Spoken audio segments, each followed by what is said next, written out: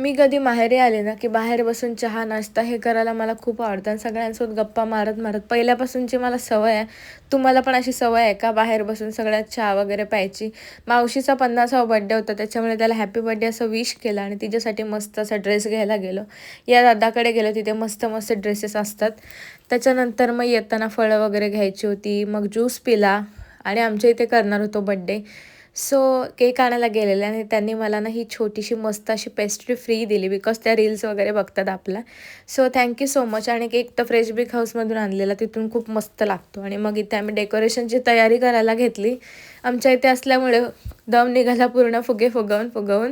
त्याच्यानंतर जिचा बड्डे होता तिला पण कामाला लावले आणि डेकोरेशन करायला घेतलं. एकीकडे इथे आमचं चाललेलं जेवणाचा बेत होता आणि मस्त अशी पंगत बसलेली बाहेर. आणि असं बाहेर अशा ठिकाणी चुलीवरचं चिकन बनवायचं होतं. तर चुलीवरचं चिकन बोलल्यावरती काय सगळ्यांच्या तोंडाला पाणी सुटतंच. तुम्हाला माहिती आहे सगळी फॅमिली जमली. एक मावशी एक जण येतच होतं. काही ना काय चालूच होतं. एकीकडे चिकन कापत होते, धुवत होते आणि मग सेलिब्रेशनला चालू केलं. 50वा बड्डे होता त्याच्यामुळे 50चा आकडा केलेला आणि सगळ्यांनी ओवाळणी केली. सगळ्या मावश्या वगैरे जमलेल्या आणि खूप मज्जा केली आम्ही एकत्र आणि खूप मस्त वाटलं.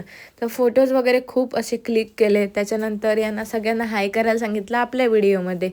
मग काय केक वगैरे कटिंग केलं आणि मस्त मामाने पण तिला सुंदर असं गिफ्ट दिलं. सो तिला असं डेकोरेशन वगैरे खूप आवडलं आणि खूप खुश झाली.